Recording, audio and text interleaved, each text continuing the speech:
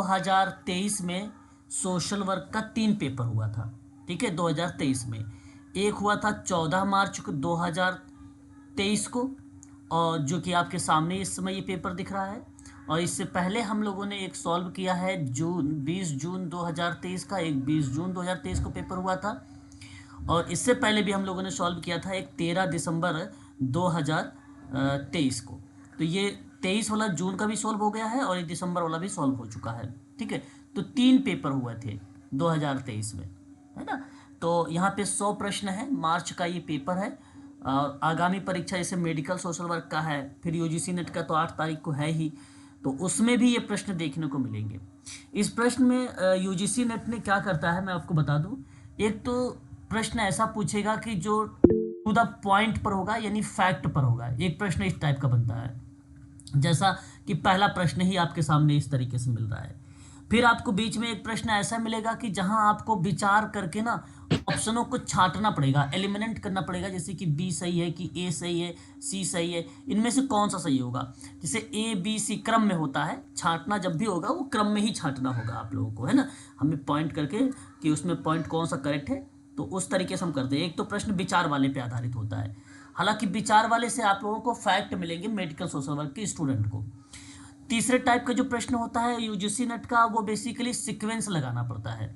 Sequence का मतलब होता है क्रम लगाना पड़ता है, जैसे पहले सी आ गया, फिर ए आ जाएगा, फिर बी आएगा, फिर आपका डी आ जाएगा, ऐसे सीक्वेंस लगाना पड़ता है। ये तीसरे टाइप का प्रश्न यूजीसी नेट जो है पूछता है। ठीक है, इसी पेपर में आप लोगों को क्रम से दिया गया है। एक ऐसा पेपर हुआ जो मार्च 2023 का, जो सीक्वेंस से दिया गया है, जो जिस तरीके से पैटर्न पूछता है ये प्रश्न, ये इस पेपर में इन्वॉल्व है उसके पैटर्न, है ना। बाकी तो आगे पीछे हो जाता है प्रश्न, कभी कभी क्या होता है सम्मिलित वाला पहले आ जाता है, फैक्ट वाला बीच में आ जाता है ना। इस तरीके से प्रश्न बनते हैं और पेपरों में, लेकिन इसमें सीक्वेंस दिया गया है। फिर उसके बाद आपको मिलेगा सम्मिलित वाला। फिर आपको क्या मिलेगा, सम्मिलित वाला, ये चौथे टाइप का प्रश्न होता है। सम्मिलित में क्या क्या करना पड़ता है हमको कि भाई जैसे आर्य समाज है, तो आर्य समाज के संस्थापक कौन है, यहाँ इस पॉइंट में सी बी डी लिखा रहेगा, इस तरीके से आपको मिलान करना पड़ेगा। ठीक है, उसके बाद आप लोगों को जो है एक टाइप का और प्रश्न मिलता है, 5 टाइप के प्रश्न बनते हैं। व्याख्या वाले प्रश्न मिलेंगे, क्या उसकी व्याख्या करेंगे, अभिकथन और कारण के रूप में मिलेगा, अभिकथन और कारण के रूप में मिलेगा, ये 5वें टाइप का। और एक छठे टाइप का प्रश्न इसमें बनाता है, उसी टाइप में ना व्याख्या नहीं रहेगी, उसमें केवल आपको बताना पड़ेगा कि दोनों सत्य हैं, दोनों गलत हैं। ठीक है, हालांकि व्याख्या की जैसे ही ऑप्शन देता है, लेकिन उस प्रश्नों में ज़्यादातर बेसिकली क्या होता है, दोनों सत्य माने जाते हैं, या तो फिर दोनों गलत माना जाते हैं, या तो ए सही या तो बी सही माना जाता है। इस तरीके के प्रश्न जो है आपको दे, कुल 6 तरीके के प्रश्न ये बनाता है ना। तो इस प्रश्न में, इस पेपर में आप लोग देखोगे। तो चलिए शुरुआत करते हैं पहले प्रश्न से। भारतीय समाज कार्य सम्मेलन कांग्रेस प्रत्येक वर्ष जो है आयोजित करती है, निम्नलिखित में से किसकी पहल है ये प्रश्न आपके सामने दिया गया है ना। इसके देखो ऊपर इंग्लिश भी है और हिंदी भी है, दोनों तरीके का आप देख सकते हो इसमें आप लोग क्वेश्चन। ठीक है, हिंदी इंग्लिश दोनों। ठीक है, तो ये पेपर देखो आपके सामने है, इसका सही विकल्प होगा ऑप्शन नंबर बी होगा। ठीक है, national association of professional social workers in India. मैं हाल ही में आप लोगों को ना समाज कार्य व्यावसायिक संगठनों के बारे में पढ़ा रहा था, जैसे NASW, national association of social work के बारे में, है ना। फिर उसके बाद मैंने आप लोगों को ये भी पढ़ाया ISPSW, Indian society of professional social work को लेकर, जो डॉक्टर RK उपाध्याय ने इस्टेब्लिश किया था। ठीक है, तो इस तरीके के प्रश्न जो है परीक्षा में मिलते हैं। लेकिन प्रत्येक वर्ष जो आयोजित करता है भारतीय समाज कार्य सम्मेलन का कांग्रेस, वो पार्ट आपका ऑप्शन नंबर जो जाता है वो यहाँ पर बी वाला ऑप्शन करेक्ट माना जाएगा। इसका फुल फॉर्म भी परीक्षा में आता है, याद रखेंगे आप सभी लोग, है ना, बहुत इंपॉर्टेंट है। और आप फुल फॉर्म आप यहाँ पे देख सकते हो, हिंदी में व्यावसायिक सामाजिक कार्यकर्ताओं का राष्ट्रीय एसोसिएशन के नाम से इसको जाना जाता है। ठीक है सर, ये RK उपाध्याय सर वही कुरुक्षेत्र यूनिवर्सिटी के? हाँ, RK उपाध्याय वही है, डॉक्टर RK उपाध्याय। ठीक है, वो वही है जो ISPSW की स्थापना करते हैं। ठीक है, ये नाम उनका वहीं पर मिलता है। फिलहाल इस चीज को आप सभी लोग जरूर ध्यान में रखेंगे। इसकी स्थापना जो बताई जाती है डॉक्टर वर्गीस के द्वारा बताई जाती है, और 2015 का वर्ष इसमें विकल्प के आधार पे सत्य जाता है। ठीक है, फिलहाल आगे बढ़ते हैं दूसरे सवाल की तरफ। देखिए अगला सवाल कहता है, दिल्ली विश्वविद्यालय के युद्ध के बाद, देखिए दिल्ली विश्वविद्यालय एक समाज कार्य भी रहा है, जैसा कि आप जानते हो, मैंने अभी कल ही पढ़ाया है, यंग वोमेन्स क्रिश्चियंस एसोसिएशन, ठीक है, इसकी एक अहम रोल रही है दिल्ली यूनिवर्सिटी की स्थापना करने में, ठीक है ना, ये शब्द जरूर याद रखेंगे आप लोग।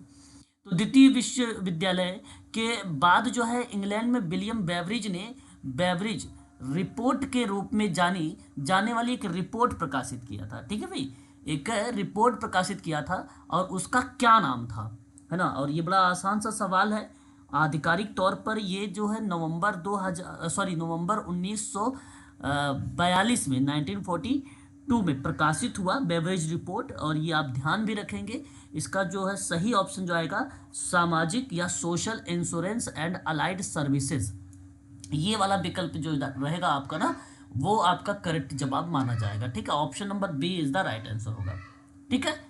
यहाँ पर इस प्रश्न का सही विकल्प यही माना जाएगा। बेवरेज रिपोर्ट के बारे में पूछा था कि किस रिपोर्ट के नाम से वो जानी जाती है, तो उसका नाम यही है, social insurance and allied services के नाम से ये बेसिकली जानी जाती है, ठीक है। क्वेश्चन नंबर नेक्स्ट बढ़ेंगे, अगले सवाल की तरफ अगर हम चलते हैं तो देखो यहाँ पे दिया है encyclopedia of social work in India प्रथम संस्करण किसके द्वारा बेसिकली प्रकाशित किया गया। ये प्रश्न बड़ा अच्छा है, आप जवाब भी मुझे बता सकते हैं इस सवाल का, ठीक है। देखिए आप सबको भली भांति तरीके से पता होना चाहिए, 1968 की ये बात है, the ministry of social welfare the government of India, है ना, reserved and publish the encyclopaedia in 1978। तो यहाँ पर अगर मैं आप लोगों से कहूँगा कि इस प्रश्न का जवाब क्या होना चाहिए, तो आप लोगों का ऑप्शन नंबर अगर सी देखेंगे तो ऑप्शन नंबर जो सी है ये योजना आयोग है। क्या है ये? योजना आयोग है, जो है एक प्रकार का the national commission published the first edition the encyclopedia of social work in India 1968। विकल्प यहाँ पर आपको जो माना जाएगा वो ऑप्शन नंबर आपका तीसरा वाला यहाँ पे सही जाएगा, ठीक है। इस प्रश्न का विकल्प क्या होना चाहिए बताइए। Encyclopedia of social work in India का पहला संस्करण प्रकाशित करने वाले व्यक्ति के बारे में जानकारी तो बेसिकली उतनी उपलब्ध नहीं मिल पाती है, लेकिन फिर भी यहाँ अगर हम बात करते हैं आप लोगों से समाज कार्य के दृष्टिकोण से, तो ऑप्शन नंबर जो तीसरा है यही प्रश्न आपका सही माना जाएगा, ठीक है भाई, याद रखेंगे, ये मैं बार बार आप लोगों से बता रहा हूँ, इस चीज़ को भूलना नहीं है, बहुत इंपॉर्टेंट सवाल है ये। क्वेश्चन नंबर नेक्स्ट बात करते हैं, ये सवाल आप सभी लोगों को भली भांति तरीके से पता है। प्रथम चैरिटी ऑर्गेनाइजेशन सोसाइटी को निम्नलिखित में से किस वर्ष स्थापित किया गया था। पहली basically the society for organising charitable relief and repressing mendicancy के नाम से 1869 है ना, ये बात मैंने पहले भी आपको बता चुका हूँ। फिर ये फैमिली एक्शन के रूप में कार्य कर रही थी, जहाँ गरीबी को रोकना, धर्मार्थ को प्रयास करने की बात करना। तो उस परिप्रेक्ष्य में अगर हम बात करते हैं तो ये बेसिकली COS के बारे में बताया जा रहा है, उसकी स्थापना को लेकर। तो यहाँ पर ये बात आपका ऑप्शन नंबर जो जाएगा वो सही विकल्प होगा, ठीक है, वो सही विकल्प होगा। तो देखो अब प्रश्न में यहाँ पे कंफ्यूजन था आप लोगों को, अगर यहाँ पे जैसे सिकागो लिखा है, फैलो भी लिखा, लेकिन एग्जैक्ट वर्ष नहीं लिखा है। अगर एग्जैक्ट वर्ष लिखता तो ये कंफ्यूजन में कर देता सवाल, क्योंकि इनकम्प्लीट प्रश्न था। लेकिन यहाँ पे केवल एक ऑप्शन सही होने के नाते, जैसे 1869, यही आपका ऑप्शन सही रहेगा। लेकिन देखिए 1877 लिखा है, लेकिन आपको कंफ्यूज करने के लिए इंग्लैंड दिया है, ठीक है, इंग्लैंड दिया है। इसलिए आप लोग बेसिकली ध्यान रखें ऐसे प्रश्नों का, खासकर शब्दों से खेलता है UGC नेट। ऑप्शन नंबर आपका पहला ही करेक्ट जवाब होगा यहाँ पर, ठीक है। क्वेश्चन नंबर नेक्स्ट पर बात करते हैं, जाति व्यवस्था की निम्नलिखित में से कौन सी संरचनात्मक विशेषता GS घुरई के द्वारा रेखांकित नहीं की गई है। ध्यान रखिएगा, देखिए इसी तरीके से टू द फैक्ट वाला प्रश्न पूछ रहा है अभी UGC नेट, ठीक है। बीच में अभी आप लोगों को थोड़ा सा लेंदी प्रश्न मिलने वाले हैं, तो जब तक अभी नहीं मिल रहे हैं तो आप सही करने का प्रयास करो कि कौन सा इसमें GS घुरई ने अपनी विशेषता नहीं बताई है जाति व्यवस्था को लेकर। जाति व्यवस्था में कुल टोटल 8 विशेषता बताई है, जानते हो कौन? GS घुरई ने। तो इसमें देखो एक खंडीय विभाजन पाया जाता है, एक पद सोपान है, एक व्यवसाय के चयन का अभाव है इसमें, ठीक है। आपको समाज का खंडात्मक विभाजन, नागरिक और धार्मिक नियोग्यता, निश्चित व्यवसाय, विवाह संबंधी प्रतिबंध, व्यवसाय के परिवर्तन, खान पान में परिवर्तन, विवाह संबंधों में परिवर्तन, पद सोपान जैसे प्रक्रिया पर इन्होंने बात किया है। नाम इनका मिलता है GS घुरई। और भारत में जाति व्यवस्था की विशेषता कर अगर बात करेगा तो तीन बातें ध्यान रखेंगे। एक तो जाति जन्म से निर्धारित होती है, एक विशेषता इसने बताई थी। दूसरी विशेषता बताया था कि जाति विवाह अंतर समूह होता है। और तीसरी विशेषता भारत की जाति व्यवस्था के परिप्रेक्ष्य में बता रहा हूँ आपको, खासकर जाति सदस्यता में खाने और जो है खाने और उसके संबंध में नियम को शामिल करने, उसके संबंध में नियम को शामिल करने में तीन तरीके की विशेषताओं को लेकर बताता है भारत में जाति व्यवस्था की विशेषता। जीएस घुराई बहुत इंपॉर्टेंट है, इसकी पीडीएफ भी मैंने आप लोगों को प्रोवाइड करा दिया है, ठीक है, उसको जरूर ध्यान में रखिएगा। ऑप्शन यहाँ पे दूसरा करेक्ट माना जाएगा, क्योंकि उपयुक्त आवास के बारे में नहीं बात किया है इसने, ठीक है, ये बात जरूर ध्यान रखेंगे। क्वेश्चन नंबर नेक्स्ट पर बात करते हैं। प्रतिमानों एवं मूल्यों का वह समुच्चय जो किसी समूह को बृहद समाज से अलग बनाता है, इस रूप में जाना जाता है। प्रतिमान आप सबको मालूम होगा, एक प्रकार का मॉडल का पार्ट कहा जाता है। मूल्य मतलब वैल्यूज के रूप में आता है। समुच्चय का मतलब होता है एक प्रकार का सेट होता है, मतलब दोनों का एक इंक्लूडन बात करना, सेट एक है ना, हालांकि ग्रुप नहीं कहेंगे आप इसे, लेकिन एक सेट कहेंगे, दोनों का इंक्लूडन कहेंगे आप, शामिल करने की प्रक्रिया आप जरूर इसको रखेंगे। तो प्रतिमान और मूल्यों का जो समुच्चय होता है वो जो किसी समूह को बृहद समाज से अलग बनाता है वो उप संस्कृति होती है। वो क्या होती है? वो उप संस्कृति होती है। अब मैं आपको थोड़ा थोड़ा सा ना आप लोगों से यहाँ पे चारों ऑप्शनों के बारे में एक एक लाइन में इसकी व्याख्या बताना चाहूँगा, ताकि आप ध्यान रखें। अगर कोई आपसे पूछे कि बहुसंस्कृति किसे कहा जाता है, तो आप साधारण शब्दों में सुनिए और बताइएगा। कई अलग अलग राष्ट्रीयता और संस्कृतियों के लोगों से मिलकर या उनसे संबंधित होने की प्रक्रिया बहुसंस्कृति कहलाती है। मतलब अलग अलग राष्ट्रीयता और संस्कृतियों के लोगों से मिलकर उनसे संबंधित जो भी एक्टिविटी या जो भी क्रियाविधि हो रही है, उस प्रक्रिया में उसे बहुसंस्कृति का नाम देंगे। सभी संस्कृतियों का सम्मान करेंगे, उसमें बराबर का स्थान होता है, तो यह प्रक्रिया क्या कहलाती है? बहुसंस्कृति का पार्ट कहलाती है। लेकिन जब बात आती है उपसंस्कृति की, तो उपसंस्कृति क्या होती है? उपसंस्कृति एक संस्कृति के भीतर लोगों के एक समूह होता है, उसे उपसंस्कृति कहते हैं, ठीक है, जो स्वयं को उस मूल संस्कृति से अलग बनाती है, ठीक है। तो संस्कृति के भी अंदर उपसंस्कृति होती है जो स्वयं को या आपको अलग बनाती है, मतलब बृहद समाज में अलग बनाती है, वो क्या होता है? उपसंस्कृति होती है। इस बात को भी थोड़ा सा ध्यान रखिएगा। उपसंस्कृति सांस्कृतिक, राजनैतिक और यौन मामलों के संबंध में अपने स्वयं के मानदंड और मूल्य को विकसित करती है। इस बात को जरूर ध्यान रखिएगा। तीसरा पॉइंट है पितृसत्ता। पितृसत्ता मतलब क्या होता है? एक सामाजिक व्यवस्था होती है जिसमें पुरुषों और महिलाओं की तुलना में ज्यादा शक्ति और विशेषाधिकार मिलता है। किसको? पुरुष को। तो एक पुरुष प्रधान व्यवस्था के रूप में जब प्रस्तुत होता है तो जो पितृसत्ता के रूप में जाना जाता है। इस बात को जरूर ध्यान रखिएगा। बेसिकली यहाँ पर बात कही जा रही है परिवार में जेंडर आधारित भेदभाव, क्योंकि पितृसत्ता की बात कर दिया इसने, ठीक है। और चौथा विकल्प है व्यक्तित्व। व्यक्तित्व का मतलब होता है पर्सनालिटी। तो किसी व्यक्ति के व्यवहार, दिमाग और भावनाओं से जुड़े पैटर्न का एक संगठन होता है, उसे हम लोग व्यक्तित्व कहते हैं, यानी पर्सनालिटी कहते हैं। फिलहाल इस सवाल का विकल्प जो जाएगा वो ऑप्शन नंबर सेकंड होगा, ठीक है। आगे बढ़ते हैं। अगला सवाल देखिए, ये सवाल, अब ये आपका सवाल आ गया, यहाँ पे आपको छांटने वाला है, आपको बताएगा कि एक बात विद्वान के द्वारा जो दी गई है वो किस किस रूपों में दी गई है या किन किन रूपों में प्रस्तुत किया गया है। तो रॉबर्ट आर.के. मर्टन है। आर.के. मर्टन के बारे में पहले भी आप लोगों को पढ़ा चुका हूँ, बड़ा फेमस पर्सन है। आर.के. मर्टन हो गया, मैकाइबर पेज हो गया, है ना, ये सब फेमस पर्सन है। जीएस घुराई हो गए, आगबर्न हो गए, ठीक है, ये सब में जो है एक प्रकार से अगर मैं बात करूँ कार्ल मार्क्स वगैरह के बारे में, इनके बारे में अच्छी नॉलेज होनी चाहिए आप लोगों के पास। आर.के. मर्टन जो है समाजकारी प्रकारों का एक रूप व्याख्याकित करता है। मतलब इसने जो है सामाजिक जो प्रकार होते हैं उसको इसने डिवाइड किया है, यानी व्याख्या दिया है। तो किस किस नामों में दिया? तो इन्होंने दो भागों में बांटा है। एक को इन्होंने कहा एक प्रत्यक्ष प्रकार, और ऑप्शन सी इन्होंने परोक्ष बोला है। इन्होंने परोक्ष का मतलब होता है, जानते हो क्या? लेटेंट होता है। परोक्ष का मतलब लेटेंट, परोक्ष को हम लोग अव्यक्त भी बोलते हैं, ठीक है। परोक्ष ठीक है। और जो एक और है, एक प्रत्यक्ष प्रकार, जिसको हम लोग क्या बोलते हैं, मैनिफेस्ट, यानी उसको सुस्पष्ट प्रकार ही बोलते हैं। ठीक है, एक प्रत्यक्ष, एक प्रत्यक्ष, एक प्रत्यक्ष प्रकार। ये देखो, एक प्रत्यक्ष प्रकार होता है, एक परोक्ष होता है। परोक्ष को लेटेंट कहा जाता है, अव्यक्त प्रकार, और एक प्रत्यक्ष प्रकार को सुस्पष्ट प्रकार कहा जाता है, यानी मैनिफेस्ट कहा जाता है। ठीक है, तो इस चीज को आप जरूर ध्यान में रखेंगे। ये बात जो है किसके द्वारा दी गई है, आर.के. मार्टन के द्वारा दी गई। तो केवल इसका पहला और डी वाला ये विकल्प जाएगा, बाकी यहाँ पर इन शब्दों से इसका कोई मतलब ही नहीं है दूर दूर तक। तो ऑप्शन में देखिए ए और डी किस में है, आपका थर्ड वाले में है।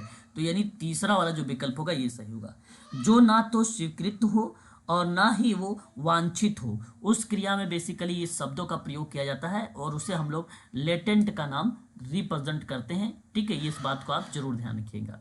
ठीक है, आगे बात करते हैं। जहाँ देखियो, जहाँ अगर मैं आपसे बात करता हूँ किसी अभियान को लेकर चलाना, किसी क्रिया को लेकर आगे बढ़ना, उसको हम लोग मैनिफेस्ट या सुस्पष्ट कहते हैं। यानी कार्यक्रम को लेकर, अभियान को लेकर आगे बढ़ रहे हो, सुस्पष्टता का वो प्रकार ये दर्शाता है एक प्रकार का। ठीक है ना, आगे बढ़ते हैं अगले सवाल की तरफ। अगर हम रुक करेंगे तो क्वेश्चन नंबर नेक्स्ट हमारे सामने है कि निम्नलिखित में से किसने भावनात्मक रूप से संबद्ध प्रकृति वाले बंधनों द्वारा जुड़े हुए लोगों के एक लघु संघ हेतु प्राथमिक समूह शब्द का प्रयुक्त किया है। अब देखो CH कूलर बनाए गए हैं सारे शब्द जो है, अगर हम बात करते हैं तो एक प्रकार से लिखे गए हैं, बढ़ा चढ़ा के बनाए गए हैं, लेकिन यहाँ सवाल केवल प्राथमिक समूह था।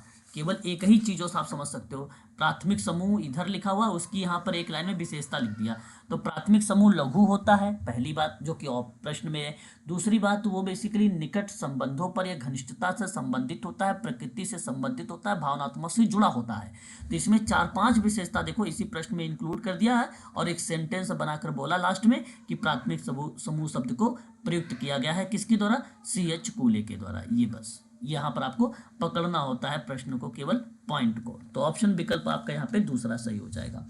अगला सवाल क्या कहता है कि किसका ये आदर्श वाक्य है, वेरी वेरी मोस्ट इंपॉर्टेंट ये प्रश्न ध्यान रखेंगे मेडिकल सोशल वर्क के स्टूडेंट। भिक्षा के बिना सहायता था, हेल्प विदाउट हेल्प। ऑक्टेविया हिल। और ये प्रश्न का विकल्प ऑक्टेविया हिल का नाम आपने सही जवाब दिया है मैडम। ऑक्टेविया हिल चैरिटी ऑर्गेनाइजेशन सोसाइटी की स्थापना में एक अहम रोल अदा करता है। मैं चाहूँगा कि आप लोग इस बात को भी ध्यान में रखें। ठीक है, यहाँ पर सही जवाब जो माना जाएगा, और ये स्टेटमेंट सन 1998 की प्रक्रिया को देखने को मिलती भी है। ठीक है, और यहाँ पर करेक्ट जवाब आपका माना जाएगा ऑप्शन नंबर 1, यानी पहला विकल्प सही है। मैरी रिचमंड का नाम आपको 3 किताब याद रखनी है, 1917 वाली पता होगा, मुझे बताने की जरूरत नहीं, 1922 और 1899 की 3 किताबें। Social diagnosis, from to charity, social case work और फ्रेंडली विजिटर।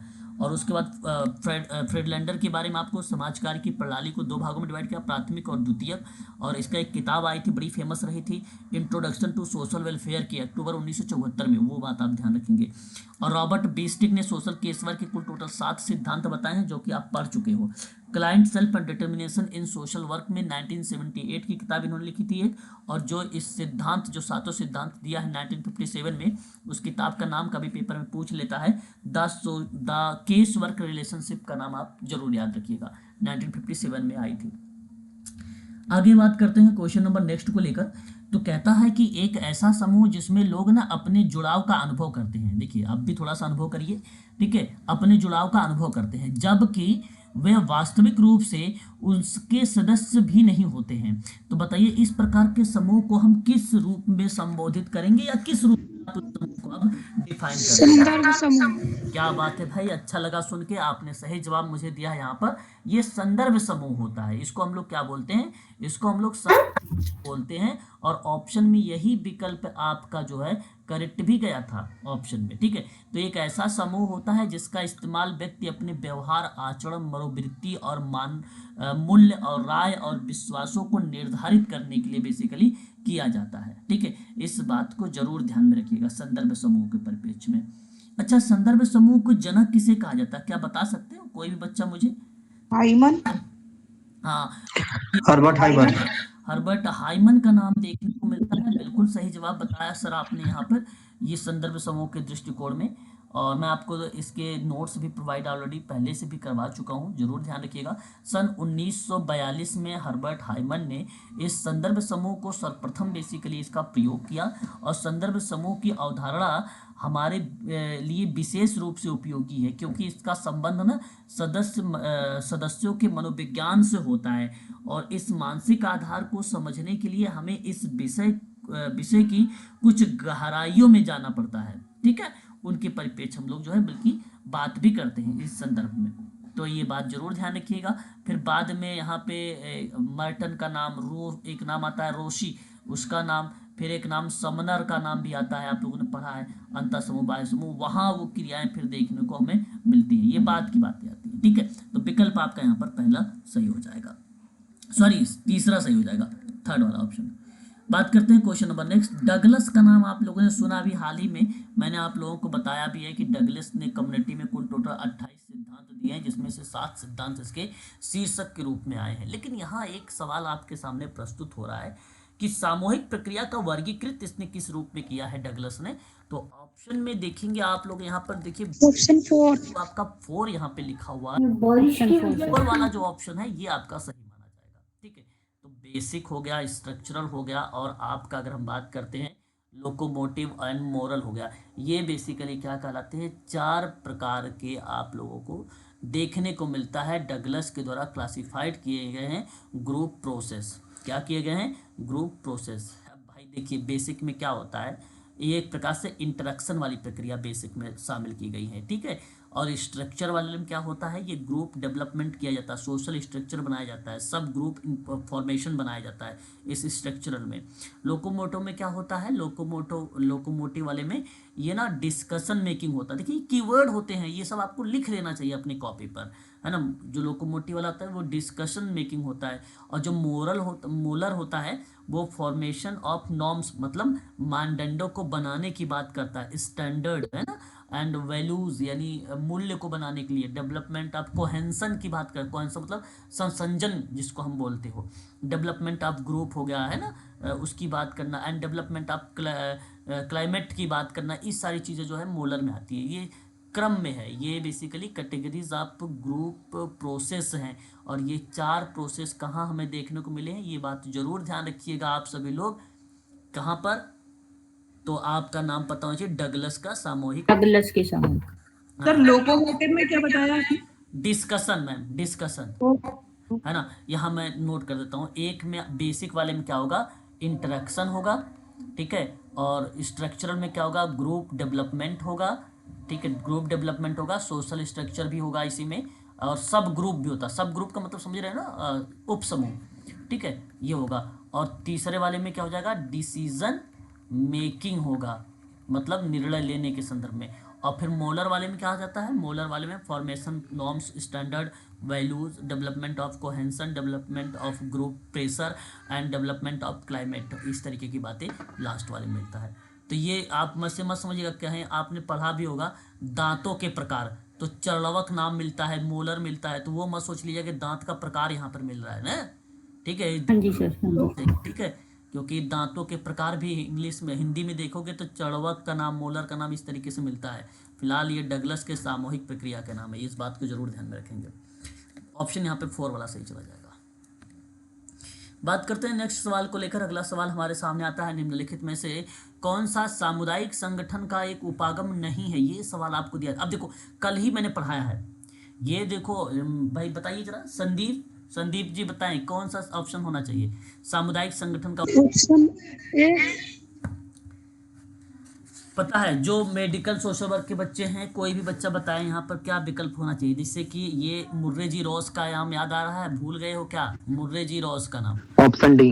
मुर्रे जी रॉस ने विशिष्ट अंतर्वस्तु उपागम बताया था, समान अंतर्वस्तु उपागम बताया था, उपागम बताया था, आंतरिक वाला नहीं बताया था, ये गलत हो जाएगा, है ना। मुर्रे जी रॉस के बारे में आप लोगों को मैंने यही पढ़ाया था। और एक नाम याद होगा आपको, जैक रोथमैन के बारे में बताया था, स्थानीय विकास बताया था, सामुदायिक नियोजन बताया था, और सामुदायिक क्रिया बताया था, ठीक है, ये भी याद रखिएगा।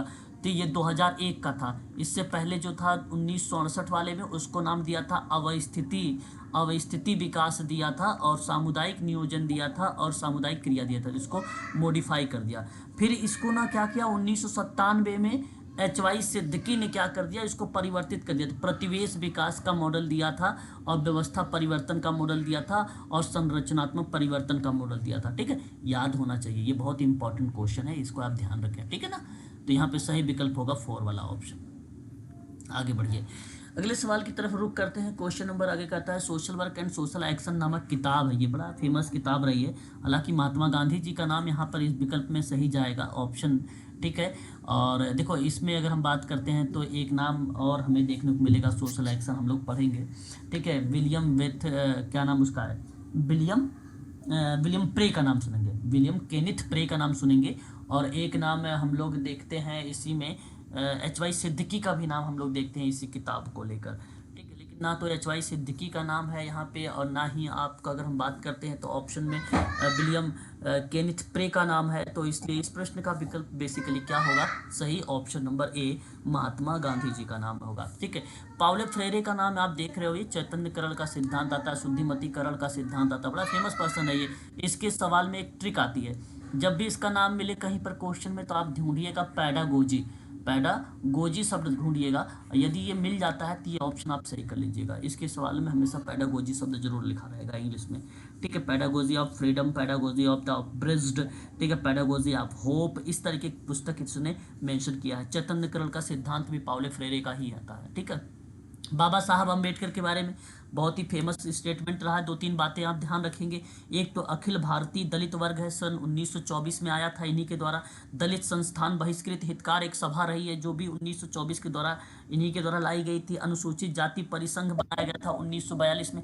ये कुछ 2-3 इंस्टीट्यूट इनके बारे में आप जरूर ध्यान रखेंगे बाबा साहब अम्बेडकर के बारे में। मार्टिन लूथर जूनियर किंग, ये जानते हैं अमेरिका के गांधी कहे जाते हैं।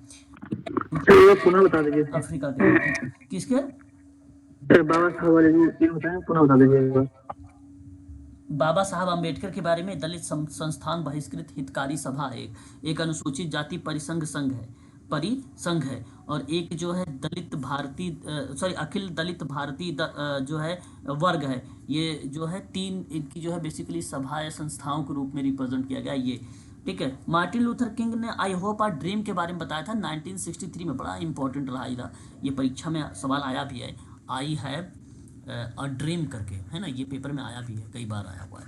ठीक है, तो ये आप जरूर ध्यान रखिए 1963 में। ठीक है, इनके बाद where do we go from here की एक स्टेटमेंट आता है, इनकी एक पुस्तक भी है और ये भी मार्टिन लूथर जूनियर किंग के बारे में देखने को मिलता है। ठीक है, फिलहाल आगे बढ़ते हैं। इस सवाल का विकल्प होगा पहला, ऑप्शन नंबर ए सही होगा। आगे बढ़िए, अगला सवाल, निम्नलिखित में से कौन सा सामुदायिक कार्य के लिए संघर्ष संबंधी दृष्टिकोण के निकट नहीं है। अब देखो संघर्ष शब्द आया है ना, संघर्ष शब्द आपके सामने प्रस्तुत हुआ है, तो मैं आपको बताना ये चाहूंगा संघर्ष संबंधी दृष्टिकोण आपके पेपर में सवाल है। Conflict perspective of community work है ये। ठीक है, ये कम्युनिटी वर्क पर बात हो रही है कॉन्फ्लिक्ट पर्सपेक्टिव के रूप में। तो MG रॉस का नाम नोट करिएगा प्लीज, MG रॉस का नाम और मुर्रे जी रॉस। ऑप्शन नंबर आपका बी ऑप्शन करेक्ट माना जाएगा इस क्वेश्चन नंबर का, यानी क्वेश्चन नंबर 14 का विकल्प जो जाएगा वो बी वाला करेक्ट माना जाएगा। प्लीज इसको आप जरूर ध्यान रखेंगे। ठीक है, यहाँ एक नाम बड़ा इंपॉर्टेंट है सॉयल एलेंस्की का। सॉयल एलेंस्की रूल ऑफ रेडिकल्स के बारे में बात करते हैं, बड़ा इंपॉर्टेंट पॉइंट इनका आया था 1971 में। क्या आया था, रूल फॉर रेडिकल्स को लेकर, है ना। और एक इनका जो नाम आता है 13 ट्रैक्ट्स फॉर जो है रियलिस्टिक रेडिकल्स करके आता है, सॉयल एलेंस्की का ही पार्ट रहा है वो भी। और फिलहाल मैं आपसे कहूँगा कि रूल ऑफ रेडिकल्स याद रखें, ये बड़ा इंपॉर्टेंट है आप लोगों के लिए। ठीक है, और एक नाम आता है B Mullaly a critical social work approach देते हैं, a critical social work approach के बारे में ये जो है बेसिकली बात करते हैं। इस चीज़ को आप ज़रूर ध्यान में रखेंगे। बी मुल्लानी 2000 इसको लेकर बात। सर ये क्रिटिकल सोशल वर्क अप्रोच क्या है, मतलब थोड़ा सा इसको ये एक संकट, एक जैसे संकट की स्थिति में सोशल वर्क एक दृष्टिकोण होता है, एक पर्सपेक्टिव होता है, एक पॉइंट ऑफ व्यू होता है, उसमें इन्होंने जिक्र किया था, है ना। तो जैसे संकट के दौरान में आपको क्या क्या चीज़ें अप्रोच अपनानी चाहिए सोशल वर्क में, वो चीज़ें इन्होंने जिक्र किया था। A critical of social work approach को लेकर बात किया था, है ना। हस्तक्षेप करना चाहिए, अध्ययन करना चाहिए, निदान उपचार प्रक्रिया, इस सब चीज़ों को लेकर बात करते हैं इसमें बी मुल्लानी महोदय, ठीक है। हालांकि इस प्रश्न का विकल्प बी ऑप्शन ही सत्य माना जाएगा। क्वेश्चन नंबर नेक्स्ट आता है, निम्नलिखित में से कौन सा विश्वसनीयता निर्माण, ये निर्माण लिखा हुआ है, इसके सिद्धांत में योगदान नहीं करता है ना। इस बात को आप सब लोग ध्यान रखिएगा। तो देखो, विश्वसनीयता का निर्माण के सिद्धांत में योगदान नहीं करता, ये सवाल दिया गया है। और मैं आप सबसे कहूंगा कि विश्वसनीयता निर्माण के सिद्धांत में योगदान, देखो, एक विपक्षी के प्रति सद्भाव का भाव रहे, ये भी होगा। उदाहरण प्रस्तुत करोगे, ये भी सही हो जाएगा। लेकिन राजनीतिक एक निगेटिव पॉइंट आ जाता है, देखो, महसूस की गई समस्याओं का चयन करना, ये भी हो जाएगा। तो राजनीतिक समर्थन, ये कभी भी सोशल वर्क में ट्रिक बना लीजिए आप लोग, अगर कहीं पर भी राजनीतिक समर्थन रणनीति इस तरीके की शब्द आता है तो वो ऑप्शन हमेशा का हमेशा गलत ही माना जाता है। इसलिए मैं आपसे कहूंगा कि विकल्प। अगला सवाल देखेंगे। अगला सवाल भी हमारे लिए बड़ा इंपॉर्टेंट रहेगा, क्योंकि ये प्रश्न बहुत अच्छा है कि बहुमत पैमाने पर दस्तावेज, है ना, दस्तावेज में उत्तरदाताओं का प्रयुक्त प्रत्युत्तरों का विभेद किए जाने बिना समान रेटिंग का चयन की प्रवृत्ति होती है, वो क्या कहलाती है? हेलो प्रभाव। हाँ, हेलो प्रभाव। हेलो प्रभाव को हम लोग कहेंगे बेसिकली हेलो जो है इफेक्ट, हेलो इफेक्ट बोलेंगे। बड़ा इंपॉर्टेंट शब्द रहा है ये, और मैं आप लोगों को एक सरल शब्दों में इसको जो है बताने का प्रयास भी करूँगा। ये क्या होता है, प्रभामंडल होता है, या प्रभामंडल एक प्रकार का, अगर हम बात करें इसे ताकत की बात, वफादारी की बात जब आती है, ठीक, जहाँ पे ब्रांड इक्विटी की बात आती है, ब्रांड इक्विटी की, तो उस प्रक्रिया में हेलो इफेक्ट का जो है प्रयोग किया जाता है, ठीक है। हेलो इफेक्ट का प्रभाव किया जाता है, ये जरूर आप लोग ध्यान रखेंगे इसके संदर्भ में, हेलो इफेक्ट, है ना।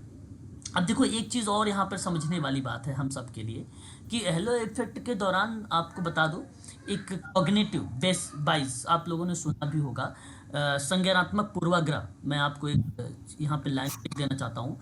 एक संज्ञानात्मक पूर्वाग्रह, एक संज्ञानात्मक पूर्वाग्रह है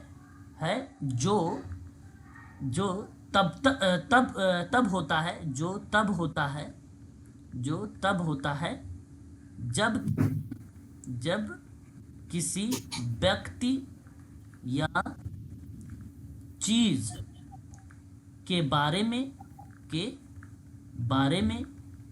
किसी व्यक्ति की समग्र धारणा, समग्र मतलब टोटल, समग्र धारणा किसी एक विशेषता पर आधारित हो जाती है, किसी एक विशेषता पर आधारित होती है, तो उसे ही हम क्या बोलेंगे, हेलो इफेक्ट कहेंगे, उसे हम बोलेंगे हेलो इफेक्ट। तो किसी व्यक्ति या वस्तु के बारे में व्यक्ति की सामान्य धारणा एक ही विशेषता पर आधारित हो जाती है, तो उसे हेलो इफेक्ट कह देते हैं। या मान लेना कि कोई व्यक्ति बुद्धिमान, दयालु या ईमानदार है, आपने कोई आपसे बात किया और आपने उस पर ट्रस्ट कर लिया, आपने उस पर विश्वास कर लिया, तो ये क्या हो गया, आपका हेलो इफेक्ट हो गया, है ना। ये प्रक्रिया बेसिकली दर्शाती है क्या, हेलो इफेक्ट को। इस बात को प्लीज आप सभी लोग ध्यान रखिएगा। जनरलाइजेशन आप सब लोग भली भांति तरीके से जानते हैं, किसी क्रिया में जैसे 5-6 एक्टिविटी हो रही है और उस परिप्रेक्ष्य में आपने क्या कर लिया कि आइडेंटिफाई कर दिया या किसी के आधार पर विशेषता बता दिया, तो उसको सामान्यीकरण का अर्थ हो गया। व्यक्तिगत अवलोकन या उदाहरण से व्यापक निष्कर्ष या निर्णय निकाल लेते हैं, तो भी वो एक प्रकार का सामान्यीकरण का पार्ट मान लिया जाता है, उसे हम लोग सामान्यीकरण का पार्ट मानते हैं। एक आता है समांगता बेसिकली समरूपता होता है। इसका मतलब क्या होता है, समरूपता, है ना। समांगता का मतलब समान प्रकार के होने या एक समान संरचना का होने या एक समान संरचना की गुणवत्ता के होने की स्थिति, ठीक है। इस परिप्रेक्ष्य में आता है समांगता शब्द, ठीक है। एक होता है प्रतिकृति जैसे कॉपी होता है ना, किसी का कॉपी होना, है ना, रिप्रोडक्शन करना, प्रतिकृति, है ना। ये एक प्रकार से अगर हम बात करते हैं उसे प्रतिकृति कहते हैं। द एक्शन या प्रोसेस ऑफ रिप्रोडक्शन या डुप्लीकेट, या आप डुप्लीकेट कह सकते हो प्रतिकृति। फिलहाल इस प्रश्न का विकल्प जो आएगा वो ऑप्शन नंबर पहला ही करेक्ट माना जाएगा। आगे बात करते हैं अगले सवाल की तरफ।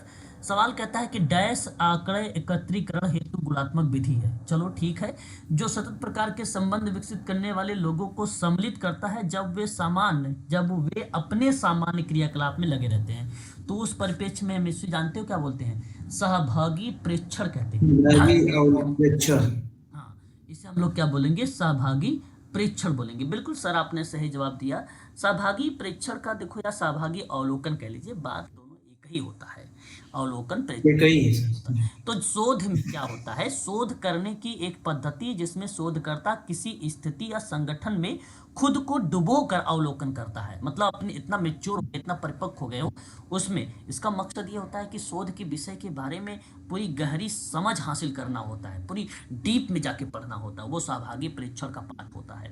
अक्सर ये समाजकारी में भी होता है, अक्सर ये समाजशास्त्र में भी होता है, अक्सर ये मनोविज्ञान में भी होता है, अक्सर ये नृविज्ञान में भी होता है। तो अगले बात करते हैं नेक्स्ट सवाल पर। अगला सवाल क्या कहता है? कहता है कि किसी स्वैच्छिक संगठन के द्वारा विदेशी स्रोतों में वित्तीय सहायता प्राप्त करने के लिए किस अधिनियम के अंतर्गत पंजीकृत होना बड़ा इंपॉर्टेंट हो जाता है। ये बड़ा अच्छा सवाल है भाई। आप लोगों ने नाम सुना होगा FCRA के बारे में। बिल्कुल बिल्कुल बिल्कुल बिल्कुल, आपका यहाँ पे सर करेक्ट जवाब जाएगा FCRA के बारे में। अगर आपने सोचा है तो आप ऑप्शन 2 सर। हाँ, विकल्प आपका बी होगा। देखिए बड़ा अच्छा सवाल है ये। ऑप्शन नंबर बी है ये, विदेशी योगदान और विनियमन अधिनियम है ये विकल्प आपका सही होगा। हालांकि एक स्वैच्छिक संगठन जो विदेशी स्रोतों में या उस स्रोतों से वित्तीय सहायता प्राप्त करने के लिए सोसाइटी रजिस्ट्रेशन एक्ट का भी नाम आप लोगों ने सुना है, 1860 वाला, ठीक है, और या तो भारतीय न्यास 1882 का, उसमें भी इसका रोल देखने को मिलता है। लेकिन मैं आपसे कहूँगा कि यहाँ एक रोल जो है ऑप्शन नंबर बी वाले में, विदेशी वाला जो है ये योगदान और विनियमन एक्ट है, जिसको FCRA foreign contributions regulation act 2010 के नाम से आप लोग जानते भी हो इसे, है ना। और यही विकल्प इस प्रश्न का ऑप्शन जो है लेकर जाएगा सही की तरफ, ठीक है। यही ऑप्शन आपका करेक्ट भी माना जाएगा, ठीक है। ये विकल्प आपका सही माना जाएगा। इसके बारे में 2-3 बातें थोड़ा सा ध्यान रखिएगा आप लोग। पहली बात तो ये कि 2010 में इसका एक बार संशोधन हुआ है, पहली बात है ना। 2010 में इसका एक बार क्या हुआ है, ये संशोधन हुआ है। ये बेसिकली है अधिनियम कब का? ये 1976 का है। 2010 में इसमें संशोधन हुआ। मैं आपको बता दूं कि अमेरिका में स्थित एक संगठन रहा है जिसका नाम है ग्लोबल पीस, जो है इनिशिएटिव करके एक इंस्टीट्यूट रहा है और एक संगठन रहा है, जिसका सर्वोच्च न्यायालय में एक याचिका दायर करके लगभग 6000 NGO के FCRA लाइसेंस ने क्या कर दिया? समाप्त कर दिया। और आप लोगों ने सुना भी होगा, एक बार बीच में खूब चला था, बहुत सारे NGO का रजिस्ट्रेशन रद्द हो रहा था, वो इसी का रोल था, है ना। तो संगठन के अदालत से अनुरोध किया कि NGO को अगले आदेश तक इसके लाइसेंस जारी रखने दिए जाएं। इस परिप्रेक्ष्य में बात किया तो सर्वोच्च न्यायालय ने कहा कि इस पर निष्कर्ष निकालते हुए 2020 में अगर मैं बात करूं तो संशोधन के आधार पे, तो उस प्रक्रिया में इसने कहा कि भाई अगर इनकेस अगर कोई असामाजिक या अतथ्य मिल जाते हैं NGO के परिप्रेक्ष्य में, है ना, जहाँ पे जैसे फाइनेंस ले रहे हैं, पैसे ले रहे हैं, कलेक्ट कर रहे हैं, तो उस परिप्रेक्ष्य में उसका NGO का जो भी लाइसेंस होगा, जो भी रजिस्ट्रेशन होगा, वो रद्द कर दिया जाएगा। इसीलिए कहा गया है कि इसमें एक प्रावधान है कि गृह मंत्रालय को, यदि गृह मंत्रालय को लगता है कि कोई NGO राजनीतिक है, तटस्थ नहीं है, तो उसका पंजीकरण रद्द कर देगा, ठीक है। अब याद रखिए ये बात। देखो ऑप्शन में एक बार सवाल अभी 2024 में शायद ये गृह मंत्रालय आया था, ऑप्शन में गृह मंत्रालय, आप होम मिनिस्ट्री, तो आप लोगों ने लगाया भी, वहाँ पे सही था विकल्प, है ना। 2010 के अधिनियम के तहत अगर NGO को दिया गया पंजीकरण प्रमाण पत्र 5 वर्षों की वैधता के साथ रहेगा, 5 साल तक रहेगा, फिर उसे नवीनीकरण करना पड़ेगा, मतलब रिन्यू करना पड़ेगा उसको। और इसमें प्रावधान जोड़ा भी गया था और कहा गया कि यदि व्यक्ति निष्क्रिय हो गया, उसकी परिसंपत्ति का निपटान सरकार द्वारा बताए गए तरीके से किया जाएगा, ठीक है। तो बहुत सारी चीज़ें रही हैं इस, है ना। तो और यहाँ पर एक साफ शब्दों में कहा गया कि निश्चित सामाजिक, सांस्कृतिक, आर्थिक और स्वैच्छिक और धार्मिक कार्यक्रमों के लिए अगर काम कर रहा है तो वो NGO रहेगा, और उसके साथ गृह मंत्रालय के साथ वो बेसिकली पंजीकृत भी होगा, चार्टर्ड अकाउंटेंट भी रहेंगे, ऑडिटर भी रहेंगे, उसमें हर एक लोग जो है उसमें जो विभाग बनाए गए हैं वो सारे विभाग उसमें जोड़े जाएंगे। ये सारी चीज़ें बताई गई हैं, ठीक है। ये बात ध्यान में रखेंगे आप लोग इसके संदर्भ में। तो इस प्रश्न का विकल्प दूसरा वाला सही रहेगा। अगला सवाल क्या कहता है कि डैश में लक्ष्य प्रतिभागी विषय यानी टॉपिक के बारे में कैसा अनुभव करते हैं, इसका निष्कर्ष निकालने एवं समूह सर्वसम्मति प्राप्त करने का ध्यान किए बिना इसके संदर्भ में प्रतिपेक्षों की सीमा यानी रेंज का पता लगाना होता है। तो सही विकल्प क्या होना चाहिए इस प्रश्न का? क्वेश्चन नंबर नेक्स्ट हमारे सामने है। सही विकल्प होना चाहिए केंद्रित समूह। ऑप्शन नंबर आपका जो जाएगा वो 4 वाला ऑप्शन करेक्ट माना जाएगा इस प्रश्न का। ठीक है, आगे बढ़ते हैं। अगला सवाल आपके सामने ये देखो, सवाल आ गया कि सोसाइटी पंजीकरण अधिनियम के तहत किसी एक संगठन में पंजीकरण की न्यूनतम लोगों की संख्या कितनी होती है, ये आपको बता। 7। 7 तो अब आपने बताया। यहाँ पर अगर बात करते हैं विकल्प, ये जो थर्ड है यहाँ पे 7 कम से कम 7 सदस्यों की आवश्यकता होती है, जिसमें दिल्ली का एक सदस्य भी शामिल अवश्य होता है। दिल्ली का एक सदस्य भी इसमें शामिल अवश्य होता है। ये बात भी आप लोगों को ध्यान रखना है। ऑप्शन नंबर जो तीसरा यहाँ पर जाएगा वो ऑप्शन आपका करेक्ट माना जाएगा। सर ये दिल्ली का सदस्य कौन होता है सर? दिल्ली का एक सदस्य होते हैं ना 7 ना, तो उसमें से एक दिल्ली का सदस्य भी बताया जाता है ना, कि एक दिल्ली का सदस्य का भी होना जरूरी है। ठीक है, इसके अंतर्गत इस सोसाइटी रजिस्ट्रेशन एक्ट के अंतर्गत अगर हम बात कर रहे हैं आप लोगों से, तो इसमें बताया गया है कि राष्ट्रीय स्तर पर अगर आप सोसाइटी बना रहे हो तो उसमें एक दिल्ली का पंजीकरण जब पंजीकरण कराएंगे या उस दौरान में, तो उसमें एक सदस्य जरूर होना चाहिए दिल्ली का, क्योंकि राष्ट्रीय स्तर पर बना रहे हैं आप उस संस्था को, है ना, संस्था को राष्ट्रीय स्तर पर। एक बात और करता हूं मैं आप लोगों के सामने, ये भी सवाल बड़ा इंपॉर्टेंट रहा है। पोस्टकार्ब का किससे जुड़ा ऑप्शन हुआ 3। है ना, पोस्टकार्ब का नाम ऑप्शन 3 से इसका नाम जो है जुड़ा हुआ है। और मैं आप लोगों से कहूंगा कि इस विकल्प का सही जवाब आपने जो दिया, इस सवाल का सही विकल्प वो लूथर गुलिक का नाम दिया है, आपने सही दिया है। पोस्टकार्ड में एक पी का मतलब होता है प्लानिंग, एक है ओ का मतलब ऑर्गेनाइजिंग, एस का मतलब स्टाफिंग, डी का मतलब डायरेक्टिंग और सी है, का मतलब होता है यहाँ पर कोऑर्डिनेशन। मतलब होता है रिपोर्टिंग, बी का मतलब होता है बजटिंग। लूथर गुलिक और एक नाम और आप लोग सुनते होंगे उर्विक करके नाम आता है ना। लूथर गुलिक और उर्विक के द्वारा ये प्रतिपादित किया गया, ये प्रशासन के लिए आवश्यक प्रमुख चरण रहे हैं। इस विचारधारा का प्रमुख जो समर्थक माना गया था वो सबसे पहले हेनरी फ्योल माना गया था, ठीक है, हेनरी फ्योल। प्रोफेसर उसके बाद प्रोफेसर जो है मैकक्लीन का नाम भी आया, उर्विक का नाम आया, लूथर गुलिक का नाम आया, अन्य कई विद्वान रहे हैं, लेकिन पेपर में खासकर अपने सोशल वर्क में लूथर गुलिक और उर्विक बहुत फेमस रहे हैं, क्योंकि उर्विक ने इसी में ना लूथर गुलिक ने सन 1971 एक शब्द जोड़ा था इवैल्यूएशन, है ना, एक शब्द जोड़ दिया है इसमें। ठीक है, नई किताब जो होगी आपके पास MSW को, उसमें आपको पढ़ोगे तो लिखा हुआ मिलेगा ये। आगे बात करते हैं, निम्नलिखित संगठनों में से किसे अलाभकारी संगठन के रूप में मान्यता प्राप्त है? ऑप्शन 3। हाँ, तो ये इस प्रश्न का विकल्प अगर हम बात करते हैं, क्वेश्चन नंबर 23 हमारे 22 है ये, 22 नंबर सवाल की बात करते हैं, तो विकल्प आपका यहाँ पे भारतीय कंपनी अधिनियम 2013 की जो धारा 8 है, इसमें अलाभकारी संगठन के रूप में मान्यता प्राप्त जैसी प्रक्रियाओं के बारे में जिक्र किया गया है। ठीक है, ये विकल्प आपका यहाँ पे सही मान लिया जाएगा, इस बात को आप सभी लोग जरूर ध्यान रखेंगे। ठीक है, आगे बढ़ते हैं, अगले सवाल की तरफ चलते हैं।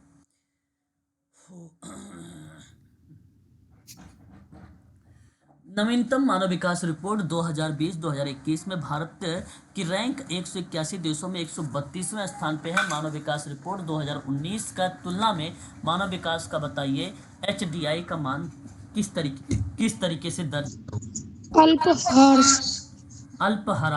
अल्पहारास का मतलब होता है थोड़ा सा, एक प्रकार से अगर हम बात करें हानि के रूप में दर्शाया गया है ना, ज़्यादा नहीं, थोड़ा सा हानि के रूप में। अच्छा, किस तरीके से आप बोल सकते हो कि 181 देशों ने जब 132 था 2019, आप सबको भली भांति तरीके से पता होना चाहिए। देखिए, मानव विकास रिपोर्ट की अगर हम लोग बात करते हैं कोविड के अकॉर्डिंग, मानव विकास की रिपोर्ट एक 2020 की बात करते हैं और एक हम बात करते हैं 2021 की।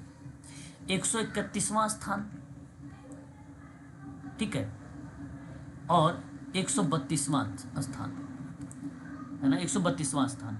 हालांकि कोविड-19 के आधार से भारत में जीवन प्रत्याशा को बेसिकली घटा दिया गया। अब तो पहले 69.7 माना जाता था, अब तो 67.2 माना जाता है, कोविड-19 की वजह से बेसिकली ऐसा। और ये रिपोर्ट जानते हो UNDP के द्वारा प्रकाशित किया गया है, UNDP के द्वारा रिपोर्ट जो है प्रकाशित किया गया है। प्रकाशित किया गया। अच्छा, मानव विकास सूचकांक में अगर हम बात करते हैं, अभी वर्तमान में कौन सा स्थान है भारत का? ठीक है, वर्तमान में 134। मानव विकास सूचकांक का स्थान कितना है? तो ये आपको 134। अच्छा अच्छा अच्छा, वर्तमान में 134, बिल्कुल आपने सही जवाब दिया है मैम मुझे। 134 जो है भारत का स्थान है कुल लगभग 193 देशों में से, है ना। और इसमें 3 प्रकार का जो है मानव विकास के 3 एक बुनियादी आयाम होते हैं, वो आपको थोड़ा सा ध्यान रखना होगा। 3 बुनियादी आयाम, एक होता है लंबा व आप कह सकते हो स्वस्थ जीवन, दूसरा आप बोल सकते हो ज्ञान तक पहुँच, और तीसरा आप बोल सकते हो सभ्य जीवन स्तर, सभ्य जीवन स्तर। ये 3 प्रकार के जो है आकलन करने की वो चीज़ें हैं, बताए गए हैं स्तर। और उसके बाद भारत में मानव विकास के निचले स्तर के कुछ कारण भी रहे, जैसे गरीबी दर, भुखमरी, पर्यावरणीय मुद्दे, आंतरिक असमानताएं, महिला पुरुष में असमानता, वो भी चीज़ें कहीं ना कहीं देखने को मिली है हमें। ठीक है, तो ये भी हम लोगों को ध्यान में रखना है। रैंक अगर पूछेगा तो 134 ज़रूर आप लोग बताइएगा, ये भी हमारे लिए इम्पोर्टेंट रहेगा। ठीक है, आगे बढ़ते हैं। ये अल्पहरास का पार्ट हो जाएगा, ऑप्शन नंबर आपका 4। आगे बढ़ते हैं, अगले सवाल की बात करेंगे। नीति आयोग योजना आयोग की नीति आयोग के रूप में पुनर्निर्मित किया गया, ये बात सही है। और नीति का संकेताक्षर पूछा गया, यानी नीति का पूरा नाम पूछा गया है, ये आपको बता। ऑप्शन 3। विकल्प में आपका ऑप्शन नंबर 3 कह रहे हो, ठीक है। National option 4। अच्छा, ऑप्शन 4 बोल रहे हो। ऑप्शन 4 तो नहीं होगा मैडम, नीति आयोग थर्ड होगा सर। ऑप्शन 3 सर, 3 थर्ड होगा sir, third. National institute for transforming India, ये ऑप्शन नंबर आपका जो 3 होगा, ये करेक्ट जवाब होगा मैम। राष्ट्रीय सूचना केंद्र भारत सरकार की वेबसाइट सेवाएं हैं एक प्रकार की, यहाँ पर आप सब भली भांति तरीके से जानते हैं नीति आयोग करती क्या है। एक थिंक टैंक का रोल अदा करती है इस परिपेक्ष में। अगर मैं आप लोगों से बात करता हूं तो जानते हैं, इसका स्थापना पूछ लेता है 1 जनवरी 2015। 1 जनवरी 2015। 15 बिल्कुल सही जवाब। ये योजना आयोग के स्थान पर आया है। इसकी पहली बैठक हुई थी 8 फरवरी 2008 को हुआ था, है ना। इसमें एक अध्यक्ष होता है, 5 पूर्णकालिक सदस्य होते हैं, 2 आंशिक काल के सदस्य होते हैं, केंद्रीय मंत्रिमंडल के 4 पदेन सदस्य होते हैं। ठीक है, इसका मुख्यालय नई दिल्ली में है, ये बात भी आप लोगों को ध्यान में रखना है। और ये संस्थान सरकार के थिंक टैंक के रूप में सेवा प्रदान करती है, ये बात भी आपको ध्यान रखना है। इसके कार्यपालक कौन है? नरेंद्र मोदी जी हैं, है ना। तो राष्ट्रीय उद्देश्यों को दृष्टिकोण देखते हुए राज्यों को सक्रिय भागीदारी के साथ राष्ट्रीय विकास प्राथमिकता रणनीति को साझा करना, इस तरीके की बातें जो है इसका मोटो के रूप में या उसके लक्ष्य के रूप में रखा गया है। ये बात को जरूर ध्यान रखिएगा आप सभी लोग, है ना। क्लियर रहेगा।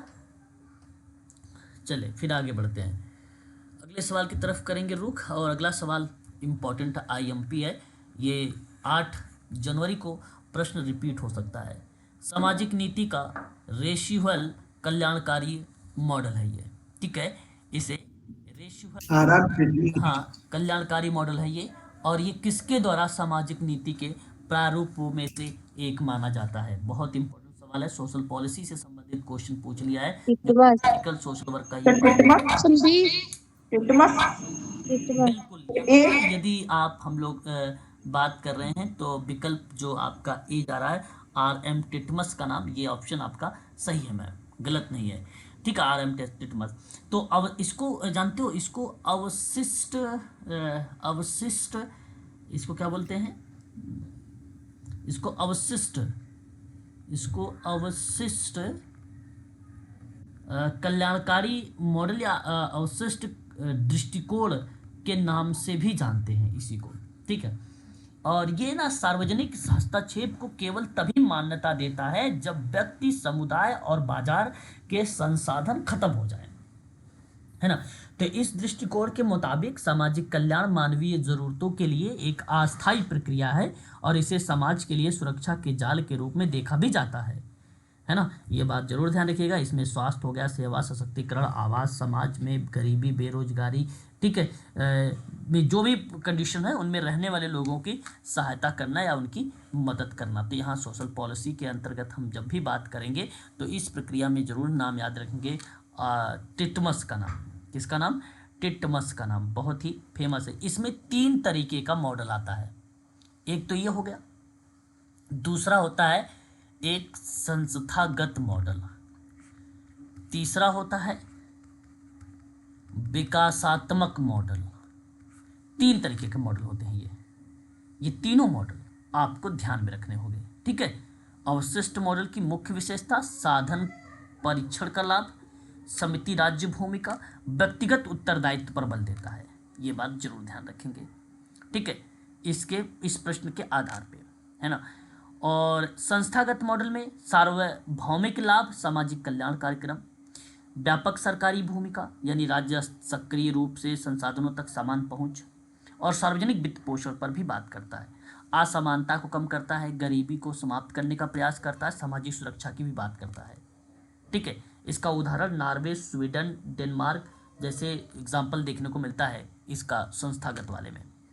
विकासात्मक मॉडल आर्थिक विकास को जोड़ता है, आर्थिक विकास को जोड़ता है, यानी आर्थिक विकास को बढ़ावा देना, सतत कल्याण की बात करना, संसाधनों को कुशल बनाना, इसमें इसका रोल देखने को मिलता है, ठीक है। तो इसकी पीडीएफ मैं जो है आप लोगों को प्रोवाइड करा दूंगा, ये बड़ा इंपॉर्टेंट है, मुझे एक बार याद दिला देना। सामाजिक नीति का सर मॉडल भेज दीजिए तो मैं आपको जरूर भेज दूंगा इसमें, ठीक है ना। ये इंपॉर्टेंट सवाल है और विकल्प आपका यहाँ पे कर दूंगा ये, ओके सर। ठीक है, मुझे याद दिला देना। अगले सवाल की तरफ बात करते हैं। तो अगला सवाल आपके सामने है, महात्मा गांधी राष्ट्रीय ग्रामीण रोजगार गारंटी अधिनियम निम्न में से 10 दिनों की सर इसके 3 मॉडल 10 दिन की जो है प्रोवाइड कराता है। बताइए क्वेश्चन नंबर 27 का सही विकल्प क्या होना चाहिए? Option B. ऑप्शन बी कह रहे हो, बी गलत हो सकती है आपका, फिर से ध्यान ए ऑप्शन 3। ए हाँ, ए यहाँ ऑप्शन है सर। हाँ यहाँ ऑप्शन नंबर अगर हम बात करते हैं दूसरा था दो तीसरा, सेकंड जी क्या कह रहे हैं?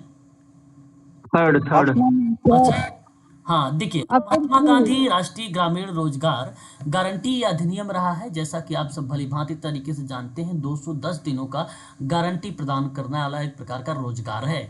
और इस क्रिया में अगर हम ऑप्शन नंबर तीसरे को पढ़ते हैं तो तीसरा ऑप्शन कहता है कि जिन्होंने निश्चित पारिश्रमिक पर अकुशल कार्य करने के लिए स्वेच्छा से पंजीकरण किया हो, उसके परिप्रेक्ष्य में देखा जाता है तो ये ऑप्शन हमारा सही चला जाता है। तो इस प्रश्न का विकल्प जो माना जाएगा वो ऑप्शन नंबर आपका तीसरा ही करेक्ट माना जाएगा, ठीक है।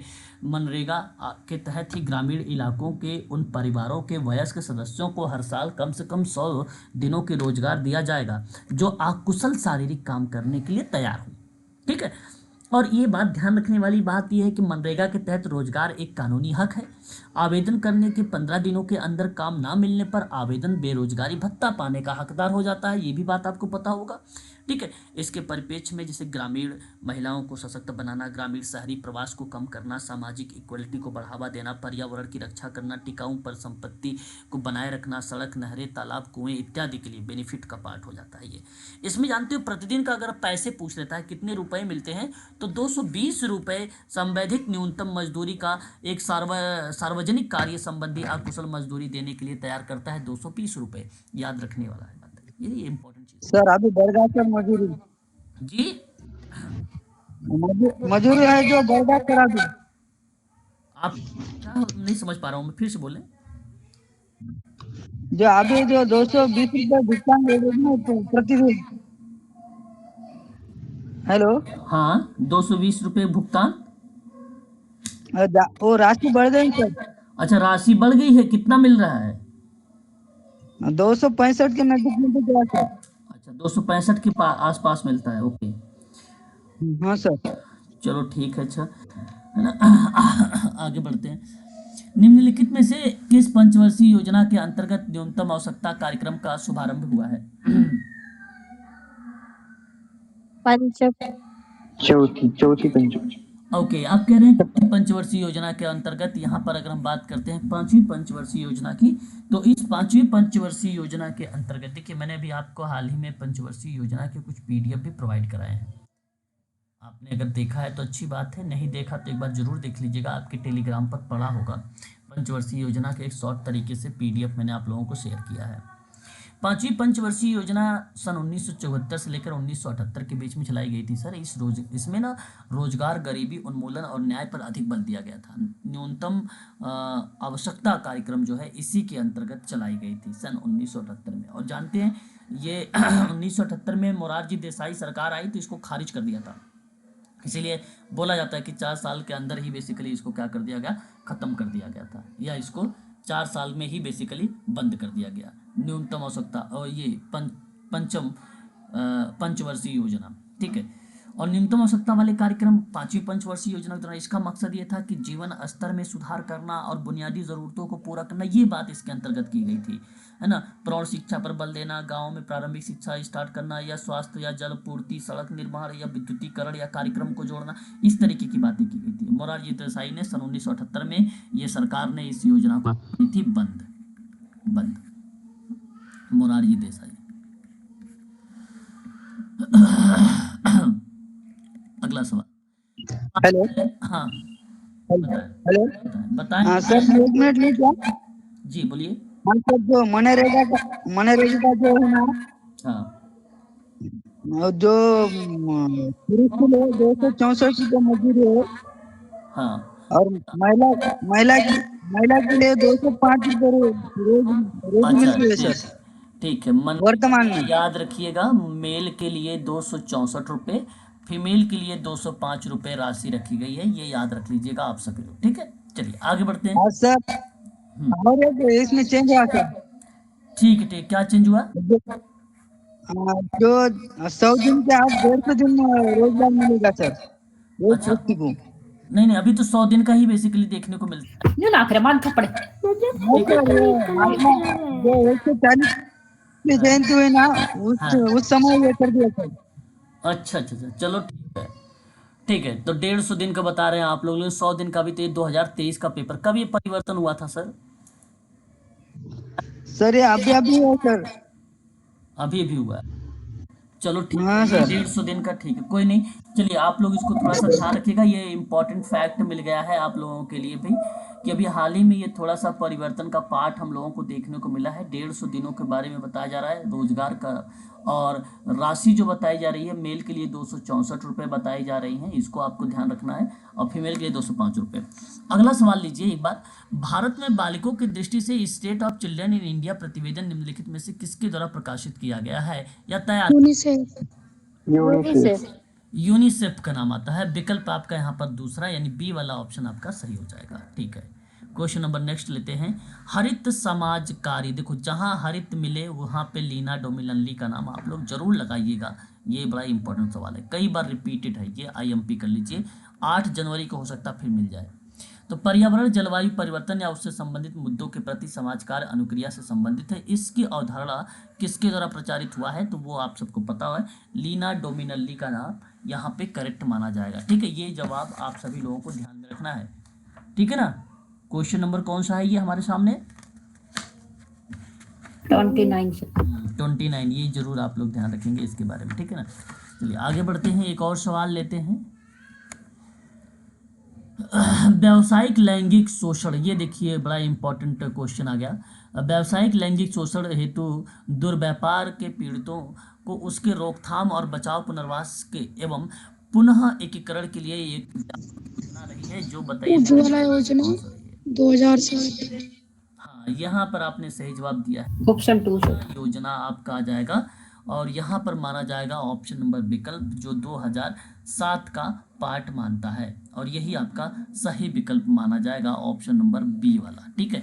2007 ये उज्ज्वला योजना रही है और ट्रैफिकिंग से संबंधित है। प्लीज आप लोग इसको ध्यान रखिएगा, ये 2 बार प्रश्न आ चुका है इस तरीके का एग्जाम में, ठीक है ना। आगे बात करते हैं की तरफ। महामारी विज्ञान में निम्नलिखित में से किस पर रोग की उत्पत्ति, फैलाव, संचरण, संसाधनों का अध्ययन किया जाता है? ये सवाल आपके सामने है। क्वेश्चन नंबर असामान्य व्यक्तियों पर। सामान्य व्यक्तियों पर सर। ओके, यदि आप सेकंड है, ऑप्शन सेकंड कह रहे हो, सर जनसंख्या पर किया जाता है। हाँ ये सही जवाब ऑप्शन था। Third sir, option third. Option third, यहाँ पे जनसंख्या आपने सर सही जवाब दिया मुझे।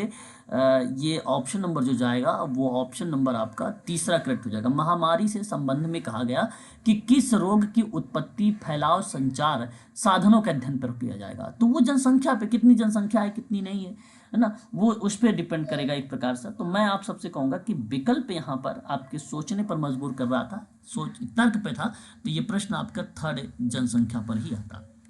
मतलब जैसे सर स्प्रेड होता है, जैसे कोविड ही था, कोविड ही था, कोविड भी तो वही था सर। बिल्कुल जनसंख्या के आधार पे ही तो बेसिकली ये सारी चीजें कराई गई थी, रोकी गई थी। एक जी बात करें उसका अध्ययन के लिए, उसका टीकाकरण के लिए, उसी हिसाब से सारी चीजें हो रही थी। बिल्कुल आप कह सकते हो वो तो एक प्रकार से पैंडेमिक लेवल की बीमारी थी, है ना, उस पर भी क्रियाएं जनसंख्या पर ही आधारित हो जाती है वैश्विक स्तर पर। अगला सवाल, मुलादियर जो है मुदालियर समिति है जो 1962 की है, ये बात आप सबको पता होना चाहिए। अच्छा, जानते हैं महामारी विज्ञान के जनक कौन है? महामारी मेडलियर। जी, जॉन स्नो। ठीक है, याद रखेंगे। आगे बढ़ते हैं। यहाँ पे ये सवाल जो है मुदालियर समिति के निम्नलिखित में 1962 के अंतर्गत निम्न में बताइए किस बात पर किया गया है? ऑप्शन 1 स्वास्थ्य के बारे में। बिल्कुल, यहाँ 1962 को स्वास्थ्य सर्वेक्षण और योजना समिति के नाम से जाना जाता है। इसका दूसरा नाम है ना, क्या नाम है इसका? दूसरा नाम है ना, ये बात ध्यान रखना है। इसकी अध्यक्षता डॉक्टर A.L. मुदालियर ने की थी। इस समिति का गठन स्वास्थ्य क्षेत्र में प्रदर्शन का आकलन करने के लिए किया गया था। इस समिति ने कई सिफारिशें भी की हैं, ये बात जरूर ध्यान रखेंगे आप लोग।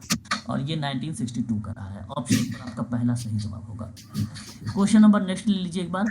अटल वयो अभ्युदय योजना प्रमुख जो है लाभार्थी निम्नलिखित में से कौन सा था? ये बड़ा अच्छा सवाल आ गया है, प्लीज इस सवाल का एक बार जवाब दीजिए मुझे। वरिष्ठ नागरिक। वरिष्ठ नागरिक। वरिष्ठ नागरिक।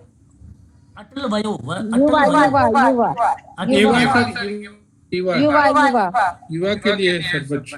सर वरिष्ठ नागरिक। हाँ, यहाँ पर सही जवाब होगा वरिष्ठ नागरिक पर यह आधारित रहा है। ऑप्शन नंबर ए सही जाएगा। अटल वयो अभ्युदय योजना के प्रमुख लाभार्थी वरिष्ठ नागरिक रहे हैं। इस योजना का मकसद था वरिष्ठ नागरिकों को आश्रय, भोजन, चिकित्सा देखभाल, मनोरंजन जैसे फायदे देकर उनके जीवन की गुणवत्ता में सुधार करने की बात कही गई थी इसमें। ठीक है, वरिष्ठ नागरिकों का भोजन, चिकित्सा देखभाल, ये चीज़ें आप सबके लिए इम्पोर्टेंट रहेगा। अटल वयो अभ्युदय योजना, ये योजना जानते हैं कब स्टार्ट की गई थी? ये योजना का उदय अप्रैल 2021 में एक नया रूप दिया गया था। इसका नाम ही देखो, पहले ये वरिष्ठ नागरिकों के लिए राष्ट्रीय कार्य योजना के रूप में कार्य करता था। ये अप्रैल 2021 में एक नया नाम मिला इसको, और जब 2021 में नया नाम मिला तो उसका नाम था रखा गया अटल वयोवृद्धि योजना, जिसका उद्देश्य था भारत के वरिष्ठ नागरिकों को सशक्त बनाना, है ना, उनको क्या करना है? सशक्त बनाना है। बुजुर्गों के अमूल्य योगदान को मान्यता देकर सरकार का लक्ष्य उसे सशक्त बनाने के साथ उनका उत्थान कर सके। ठीक है, इस पर एक अहम रोल अदा किया। लगभग 1.5 लाख अभ्यर्थी वृद्धाश्रमों में रहते हैं। किस में रहते हैं? वृद्धा आश्रमों में रहते 1.5 लाख, है ना, ऐसा बताया जाता है। तो ये चीज़ें आप लोगों को ध्यान रखना है, बड़ा इंपॉर्टेंट सवाल था ये। और एक आता है प्रधानमंत्री वय वंदना योजना। आप लोगों ने कई इनके इसके वरिष्ठ नागरिकों के संबंध में जानते हैं, कई योजना है। एक तो वरिष्ठ नागरिकों पर राष्ट्रीय नीति है, वरिष्ठ नागरिकों के लिए एक राष्ट्रीय हेल्पलाइन है, एक senior care ageing growth engine है, एक राष्ट्रीय सामाजिक सहायता कार्यक्रम है, एक प्रधानमंत्री वय वंदना योजना भी है। वय वंदना योजना भी है, इसलिए इसको मैं कह रहा हूँ आप लोगों को ध्यान रखने के लिए, क्योंकि ये इम्पोर्टेंट है परीक्षा के लिए, है ना। और सर ये सब योजना सर ग्रुप में सर भेज देते तो हम लोग भी पढ़ लेते। ठीक है सर, बिल्कुल, बहुत बढ़िया आपने मुझे ये बात बताया। यही सारी चीज़ें बतानी चाहिए। योजनाओं के संदर्भ में मैं आपको PDF भेज दूंगा, मिल जाएगी। एक बार बस मुझे केवल कमेंट में बता दीजिएगा कि सर एक बार PDF भेज दीजिए उसका, ठीक है ना। तो ये जो प्रधानमंत्री वय वंदना योजना था, ये वरिष्ठ पेंशन बीमा योजना 2014 के तरह बेसिकली 2014 में ही बेसिकली इसको लॉन्च किया गया था। किसको? प्रधानमंत्री वय वंदना योजना को, प्रधानमंत्री वय वंदना योजना को। मैं उसकी बात आप लोगों को बता रहा हूँ, ये बात जरूर ध्यान रखिएगा, है ना। चलिए आगे बढ़। सर एक प्रधानमंत्री मातृ वंदना योजना है, वो क्या? वो अलग है, वरिष्ठ नागरिकों के लिए नहीं है, नहीं है। हाँ, मातृवंदना, सारी योजनाएं हैं प्रधानमंत्री के संदर्भ में पढ़ोगे तो सर बहुत सारी योजनाएं आपको देखने को मिलेंगी, है ना। इन सब की पीडीएफ मैं आपको डाल दूंगा ग्रुप में, आप लोग आसानी से देख लोगे, ठीक है। विश्व का पहला देश बताइए वो कौन सा है जिसमें CSR मतलब कॉर्पोरेट सामाजिक उत्तरदायित्व CSR भारत। भारत है। और ये देखो प्रश्न रिपीट हुआ था पहले भी एक बार और आज फिर एक बार रिपीट हो गया, है ना। भारतीय संविधान का वह कौन सा अनुच्छेद है जो केंद्र सरकार के शैक्षिक संस्थानों में प्रवेश हेतु आर्थिक रूप से कमजोर वर्गों के लिए आरक्षण प्रदान करता है? अनुच्छेद 15। अनुच्छेद 15। आप कह रहे हैं अनुच्छेद 15 का 6 आएगा यहाँ पर 15 का 6। देखो 15 के अंतर्गत अगर हम बात करते हैं आर्टिकल 15 के लिए, तो आर्टिकल 15 में कई पार्ट रहे हैं, ठीक है। बहुत इंपॉर्टेंट चीज़ें हैं, थोड़ा सा बड़े ध्यान सुनिएगा। आर्टिकल 15 के अंतर्गत जो 15 का 6 है, किसी भी व्यक्ति के साथ राज्य या किसी समूह द्वारा सार्वजनिक जगहों पर नीति तक पहुंचने में धर्म के आधार पर भेदभाव नहीं किया जा सकता है। और हालांकि यहाँ पर अगर हम बात करते हैं शैक्षणिक संस्थान में प्रवेश हेतु आर्थिक कमजोर वर्गों के आरक्षण के बारे में क्वेश्चन नंबर 35 है, तो 15 का 6 का ही विकल्प यहाँ पे सही माना जाएगा। शैक्षणिक, देखो इसमें ना आप देखोगे 10% आरक्षण की व्यवस्था भी कर दी गई है। 103 नंबर का जो संशोधन हुआ केंद्र सरकार के शैक्षिक संस्थानों का नौकरियों में आर्थिक रूप से जो कमजोर वर्ग थे EWS के लिए, वो 10% का आरक्षण की व्यवस्था भी कर दी गई है, ठीक है। वो भी चीज़ें इसमें मेंशन हो गई है, इसलिए मैं चाहूँगा कि उससे भी आप लोगों को ध्यान रखना है। लेकिन खासकर 15 तो आप लोग जानते ही हो किस रूप से वो जाना जाता है। वो तो जाना जाता है मूल वंश, धर्म, जाति, लिंग, जन्म स्थान जाति लिंग के नहीं होना चाहिए भेदभाव, है ना। इस पर तीसरा बड़ा इंपॉर्टेंट है, इसी 15 का 3 एक और आता है, वो भी बड़ा इंपॉर्टेंट है। शिक्षा और आर्थिक रूप से कमजोर जो हो तो जान गए आप, 15 का 6 में आ गया। लेकिन जो 15 का 3 होता है वो राज्य में महिला और बच्चों के लिए कोई विशेष प्रावधान के लिए नहीं रोकेगा, महिला और चाइल्ड यानी बच्चे के लिए, है ना। तो वो 15 का 3 भी परीक्षा में खूब पूछा जाता है, इसलिए 15 का 3 भी आप लोग यहाँ पर याद रखिएगा, ठीक है। ये इंपॉर्टेंट रहेगा। उसके बाद मानवाधिकार सार्वभौमिक घोषणा का अंगीकरण कब किया गया था? ये तो मैं आप 10 दिसंबर 1948। बिल्कुल 40%। 1948 का जो विकल्प आपने यहाँ पे चुनाव किया है क्वेश्चन नंबर 36 का C ऑप्शन, वो सही जवाब है। एक लास्ट सवाल ले लीजिए, भारत में निम्नलिखित में से किसके लिए राष्ट्रीय कानून नहीं है? सर आप इधर के लिए सर। शरणार्थी, बिल्कुल यहाँ शरणार्थी ऑप्शन सही जाएगा। यहाँ पर विकल्प जो जाएगा, भारत में अगर बताया जाए आपके लिए कि राष्ट्रीय कानून किसके लिए नहीं है, तो वो शरणार्थियों के लिए नहीं है ना। भारत में देखिए राष्ट्रीय कानून नहीं है ना। और उस परिप्रेक्ष्य में अगर हम बात करते हैं जैसे कि हाँ, ये देखिए उनके लिए वही चीज़ें हैं भाई कि जिस तरीके से सामान्यता तरीके से शासन काम करती है अन्य लोगों के साथ, शरणार्थियों के साथ भी वो कार्य करेगी, है ना। और शरणार्थी का मतलब आप सबको मालूम होना चाहिए, शरणार्थी होते कौन है? वो व्यक्ति होता है जो किसी संघर्ष या उत्पीड़न की वजह से अपने देश से भागकर सुरक्षा की तलाश में किसी दूसरे देश में चला गया है, उसको शरणार्थी बोला जाता है। सी बॉक्स एक शब्द है, सी बॉक्स, लास्ट क्वेश्चन है ना। सी बॉक्स का पूरा नाम बताना। सी बॉक्स ऑप्शन थर्ड की तरफ आप झुकाव कर रहे हैं, और मैं आप सभी से कहूँगा कि जो विकल्प तीसरा है यही ऑप्शन सही है। सेक्सुअल हरासमेंट इलेक्ट्रॉनिक बॉक्स के नाम से इसको जाना जाता है, ठीक है। तो एक ऑनलाइन पोर्टल है ये क्या है? एक ऑनलाइन पोर्टल है जिसके जरिए महिला कार्यस्थल पर यौन उत्पीड़न की शिकायत दर्ज करा सकती है। यह पोर्टल महिला और बाल विकास मंत्रालय ने लॉन्च किया है इसको, है ना, ये पोर्टल को, ये बात ध्यान रखिएगा। और भारत सरकार ने कार्यस्थल पर महिलाओं की यौन उत्पीड़न को रोकने के लिए कार्यस्थल पर महिलाओं को यौन उत्पीड़न के निवारण के लिए एक अधिनियम है जो 2013 का है, जो कि रिलेट कराता है, ठीक है। तो आज के लिए बस इतना ही रखिए आप सभी लोग, इसके आगे मैं कल डिस्कस करूंगा और कल समाप्त हो जाएगा, है ना, कल समाप्त हो जाएगा। Okay sir, thank you sir. चलिए। Thank you.